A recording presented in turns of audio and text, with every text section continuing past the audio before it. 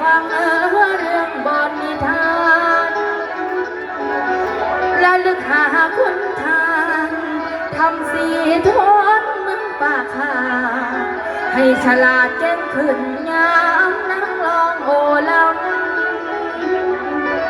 ให้เสียงดังปานพันฟาดดาบลงหิน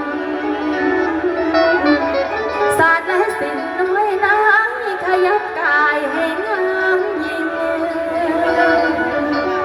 งามเกิดยิ่งในลาลูกนาข้าเจ้าพ่อ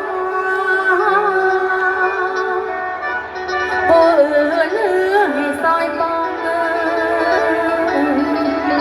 ให้นาน